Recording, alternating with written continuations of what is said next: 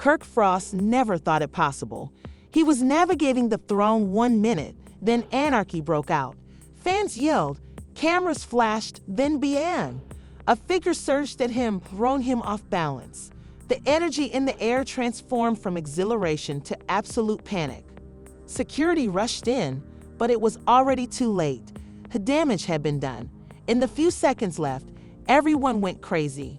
Was this a random attack, or was it something deeper, something personal? And why did it happen now, exactly as rumors about Kirk's exit from love and hip-hop were already making waves? The footage, now circulating online, is driving fans into a frenzy. Some claim it was a crazy fan seeking revenge. Others feel this was planned, an act of vengeance tied to the tension behind the scenes. But what's the true story? Stay tuned, because what we're about to unveil will change everything. Kirk Frost had always been used to drama. After all, he built his entire career on it. But nothing could have prepared him for what would happen that night. It was meant to be simply another public appearance, a routine night out. He had been keeping a quiet profile ever since the rumors about his love and hip-hop leaving started making rounds. The blogosphere were on fire, fans were discussing, and everyone wanted to know the truth. But Kirk? He had stayed quiet, allowing the conjecture run wild. Maybe that was his mistake. Maybe being mute had simply fueled the fire, because what happened next was unlike anything he had ever faced before. The event was packed, a mix of industry insiders, influencers, and die-hard love and hip-hop fans had arrived, and Kirk was going through the venue, playing it cool as he always did. His name still carried weight, and despite the controversies, he had his dedicated admirers. But there was tension in the air, something just seemed off. Rashida had warned him earlier that day to be careful. "People are mad, Kirk," she had said. This whole VH1 situation got them feeling some type of way. He had brushed it aside, assuming she was simply being dramatic. But looking back, maybe he should have listened. The first indicator of trouble came when he observed a bunch of fans watching him a little too closely. At first, he thought nothing of it. He was used to people watching, murmuring, pointing. It comes with the territory. But there was something odd about these ones. They weren't simply fans. They were outraged, nearly enraged. He could see it in their faces. One of them, a man in his late 20s, had a glare in his eyes that Kirk didn't like. Something was brewing. At that moment, Kirk's phone buzzed in his pocket, a text from an unknown number. "You think you can just walk away from this?" He frowned. His gaze flashed back to the crowd, examining faces, attempting to figure out if someone there had just sent him that message. His instinct told him this wasn't simply some internet troll playing games. This was something real. His heart started to pound, but he forced the feeling down. This was an event, a public area. Nothing could happen here, right? Then it occurred. One moment, Kirk was welcoming someone, shaking hands, playing the part of the unbothered reality star. The next, that same individual from the crowd had rushed forward, busting through the security barrier. There was no warning, no yelling, no threats, just a swift, rapid movement, an arm swinging, a fist flying, and before Kirk could react, pain exploded across his face. The force of the contact drove him reeling backward. Gasps flooded the air. People screamed, security swarmed, but the assailant wasn't done. He lunged again, trying to seize Kirk, saying something that was lost in the pandemonium. Cameras flashed, catching every second. Phones were up recording. Within minutes, the footage would be everywhere. Kirk hardly had time to grasp what was happening before security finally seized control. They tackled the man to the ground, pinning him as he struggled, his voice finally piercing through the clamor. "You ruined everything," he shouted. "You lied." His words struck a shudder through the gathering. This wasn't some random act of violence. This was personal. Blood seeped from the corner of Kirk's mouth. His mind raced. Who was this guy? And what did he mean by ruined everything? Before he could even gather himself, the police were already on the scene, shoving through the onlookers. The man was still screaming as they hauled him away. Tell the truth, Kirk. You know what you did. Rashida came by his side in an instant, her face tense with dread. Kirk, are you okay? Her voice was anxious, but he barely heard her. His heart was still hammering, his ears ringing. He wiped the blood from his lip, wincing. The whole thing had happened so fast. Too fast. And then came the realization. The cameras were still rolling. The internet was already running wild with speculation. And this wasn't simply an attack. This was a message. But from who? And why now? The police started asking questions. Witnesses were chatting. The attacker was still ranting in the background, his remarks increasing more frantic as they shoved him into a police car. You can't hide forever. Kirk shared a gaze with Rashida. They both knew this wasn't over. If anything, this was only the beginning. Later that night, Kirk sat in his car, staring at his phone. The footage was everywhere, on Instagram, on Twitter, on gossip blogs. Clips of the attack were already getting millions of views. But that wasn't what had Kirk worried. It was the DMs flooding in, dozens of messages, all from burner accounts. This is just the start. You think we forgot? Watch your back. His blood ran cold. He had been in the industry long enough to know when something was just internet noise. And this felt odd. Someone wanted to make a point, and they had used a public attack to issue their first warning. A fresh message flashed up. This time, it wasn't a burner account. It was an old buddy, someone Kirk hadn't spoken to in years. They're coming for you. You need to leave town. Now, Kirk's grip tightened around the phone. What had he gotten himself into? Kirk's hold on his phone tightened as he perused the message. They're coming for you. You need to leave town. Now, his pulse pounded in his ears. This wasn't some random troll. This was someone who knew something, someone who had been close enough to the situation to give a warning. But what situation? Kirk had plenty of opponents in the industry, yes, but this felt odd. This wasn't just industry politics or a scorned business deal gone awry. This was personal. Rashida's voice shocked him back to reality. She was grasping the steering wheel, staring at him with a mix of rage and concern. Kirk, we need to talk. Now, she had been quiet ever since the attack, but he could tell she was holding something in. Something enormous. He sighed, closing his phone, and looked at her. Go ahead, he mumbled, feeling his jaw where the punch had fallen. Who was that man? She demanded. He knew you, Kirk. He wasn't simply some insane fan. What the hell is going on? Kirk exhaled, staring out the window. He tried to brush it off, play it cool, tell her it was just some odd incidents. But he knew better. Rashida knew better. She had been by his side too long, seen too much. I don't know, he said, but I have a bad feeling about this. Rashida scoffed, shaking her head. A bad feeling? Kirk, you've just been attacked in front of the entire world. This isn't simply a lousy feeling. This is serious. And now you're getting messages advising you to leave town. Who sent that? Kirk hesitated before flipping his phone around so she could see.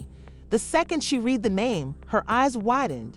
Wait, you're still in contact with him? Kirk shook his head. No, I haven't spoken to him in years. This came out of nowhere. Rashida let out a sharp breath, gripping the wheel tighter. Kirk, you need to start talking, because I'm telling you right now, I don't like where this is headed. Kirk leaned back in his seat, rubbing his hands over his face. He wasn't even sure where to start, but one thing was clear, this wasn't over. The next morning, Kirk woke up to turmoil. His phone had been ringing all night, and now the headlines were everywhere. Call cheat on camera. Kirk Frost attack by enraged fan. Ex-love and hippie hopi star targeted.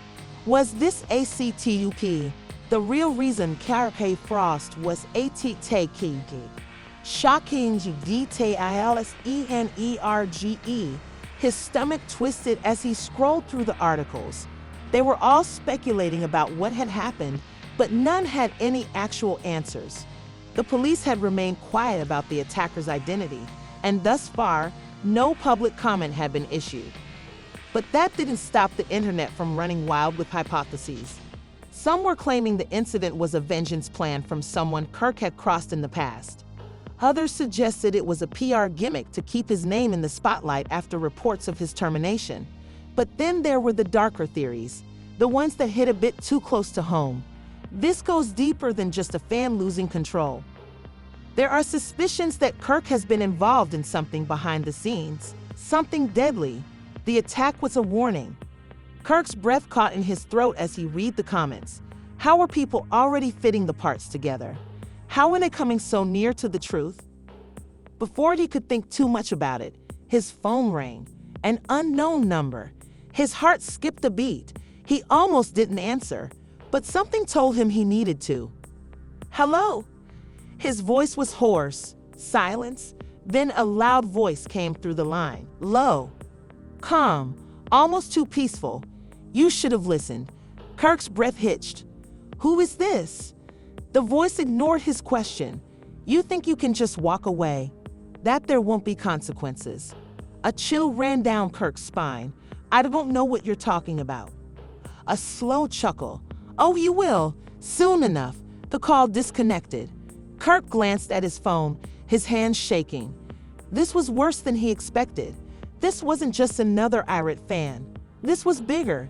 This was something from his past, something that was finally catching up to him. And the worst part? He had no notion who was tugging the strings. Later that afternoon, Kirk and Rashida met with the police. They had brought him in for questioning, not as a suspect, but as a victim. They wanted to know if he recognized the man who attacked him, if he had any enemies, if he had received any threats before. Kirk kept his answers ambiguous. He wasn't ready to disclose everything, not yet, but something about the way the officers looked at him made him nervous. They knew more than they were letting on. Mr.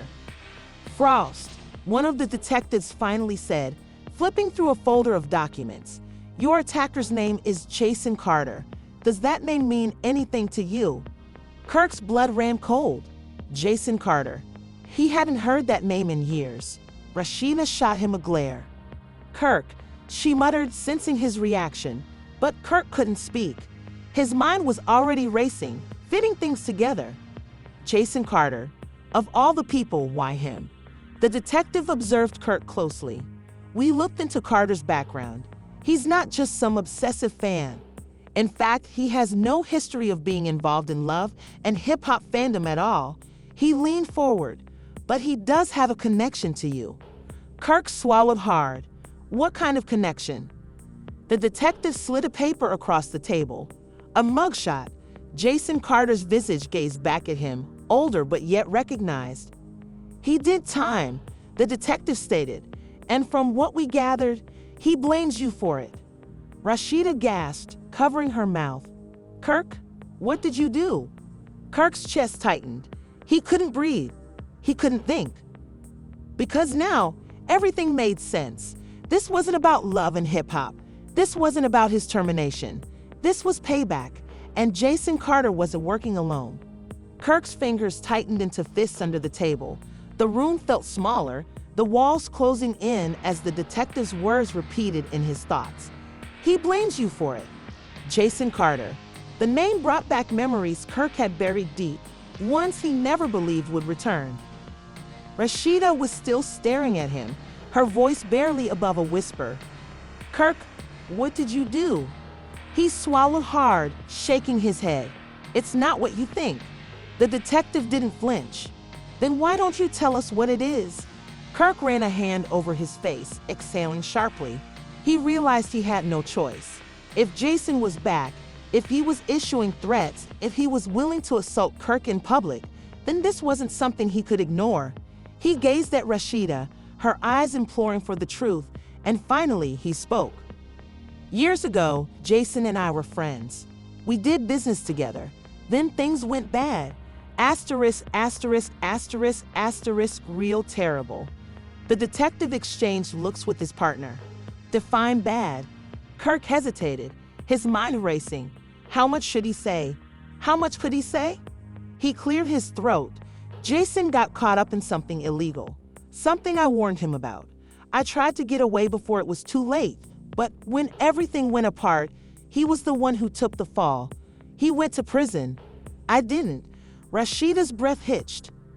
Kirk, are you telling me? Kirk interrupted her off, his voice low. I didn't set him up, but I didn't save him either. The detective nodded slowly, as if piecing everything together. And now, years later, he's out. And he's coming for you. Kirk felt his stomach twist. This wasn't just a grudge. This wasn't just some old rivalry being resurrected. This was retaliation. The interrogation room felt claustrophobic, but Kirk forced himself to focus. He needed answers. Do you know where he is now? Kirk asked, his voice tight. The investigator leaned back, tapping a file against the table.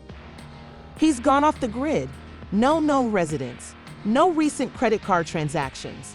The only reason we know he was in town was because of the attack. Kirk's jaw tensed. So you're telling me you have no idea where he is? No idea what his next step is? The detective narrowed his eyes. That's what we're trying to figure out. But Mr. Frost, if he really is after you, then you need to be careful. Because if last night was merely a warning, he shook his head. The next time, you might not be so lucky. Rashida inhaled sharply, gripping Kirk's arm. We need to leave town. Kirk shook his head. No, that's exactly what he wants. He wants me scared. He wants me running. I'm not giving him that. Rashida's voice broke. Kirk, this isn't a game. This man tried to hurt you in public. He's sending you threats. What happens if he comes back? What happens if? A sharp knock at the door cut her off. One of the officers stepped in, holding a phone. Sir, you need to see this. The detective took the phone, frowning as he pressed play on a video. Kirk and Rashida leaned closer, their blood running cold as they watched. It was security footage from the night before. A new angle, one the public hadn't seen yet. In the poor black and white film, they noticed Jason Carter prowling near the entrance of the venue long before the attack. But it wasn't the worst part. The worst part was that he wasn't alone. There was another figure beside him wearing a hoodie, their face concealed. The two guys spoke briefly, and then the hooded man handed Jason something. A little item, hardly discernible. Kirk's stomach sank. Pause it. Zoom in. The detective did as he asked, and when the image cleared up, Kirk felt the air leave his lungs. It was a key. Rashida was the first to speak, her voice shaking. A key to what? Kirk didn't answer. He didn't have to. He already knew, because that key, it was to his office. Panic flooded through him as he jumped to his feet. We need to go. Now. The detective barely had time to react before Kirk was already out the door, Rashida right behind him.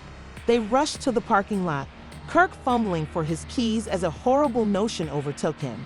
If Jason had access to his office, that meant he didn't even complete the sentence before driving down the road. Rashida grasped the dashboard, her voice wild. Kirk, slow down. What if he's still there? Kirk's hands tightened around the wheel. Then I'll deal with him. But deep down, he wasn't sure what he'd find when he got there. The journey felt like an eternity, but when they eventually reached the building, Kirk's worst dread was confirmed. The door of his office was open, not kicked in, not coerced, just unleashed. As if someone had strolled right in, Rashida grabbed his arm. Kirk, wait. We should call the police. Kirk shook his head. No time. Heart pounding. He pushed the door open, stepping inside. The office was dark, strangely silent. Papers were thrown about the desk, drawers left half open, as if someone had been hunting for something. And then he saw it. Sitting dead center on his desk, a single black envelope. Rashida gasped. What is that? Kirk swallowed hard, reaching for it. His hands trembled as he opened it, pulling out a folded piece of paper. 4 sentences were scrawled on it in red ink. This isn't over, Kirk. Rashida took a shaky step back. He was here. Kirk clenched his jaw, his mind spinning. Jason had broken in, gone through his things, left him a message. But what was he looking for? What was he planning next? Before Kirk could answer that inquiry, his phone chimed. Another unknown number. He hesitated for only a second before answering. Hello? Silence. Then, a terrifying voice. Enjoying the memories? You should, because soon, that's all you'll have left. The call disconnected. Kirk stood transfixed, his breath shallow. Rashida grasped his arm, her face pallid. And in that moment, one thing became terrifyingly evident. Jason Carter wasn't only back for revenge. He was returned to wreck Kirk's entire life. Kirk's grasp on the phone tightened as the conversation disconnected, the eerie silence lingering in the air like a haunting whisper. His heart pounded so hard it felt like it might burst out of his chest. Rashida's nails pressed into his arm as she whispered, voice trembling. Kirk, what does he mean? What memories? Kirk swallowed hard, his mind racing.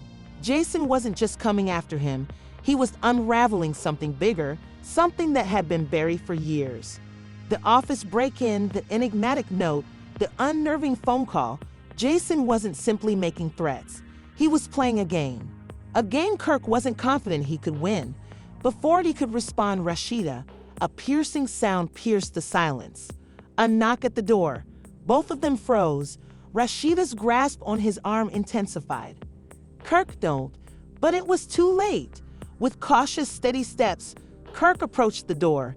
His heartbeat thundered in his ears as he groped for the knob. He hesitated, just for a second, before ripping it open. Nothing. The hallway was vacant. But just as Kirk breathed with relief, he noticed it. A little unmarked parcel resting on the floor. Rashida took a step back. Kirk, don't touch it. But Kirk couldn't ignore it. With shaking hands, he reached down and took it up, carefully ripping away the brown paper. Inside was a USB drive. He and Rashida exchanged a tight glance before he moved over to his laptop, plugging it in. His breath hitched when a single video file flashed on the screen. No title, no description, just a timestamp from earlier that day. Kirk paused only a second before clicking on it. The video began playing, and what they saw sent an icy shudder down their spines. It was security footage of their house. Rashida gasped, her hand shooting to her mouth. Oh my God. The footage showed the front of their home from an angle they didn't recognize, meaning the camera wasn't theirs. Someone had planted it. Someone had been observing them. Kirk's stomach knotted as he saw himself and Rashida depart the house earlier that day. Just minutes after they had driven off, a stranger stepped into the frame.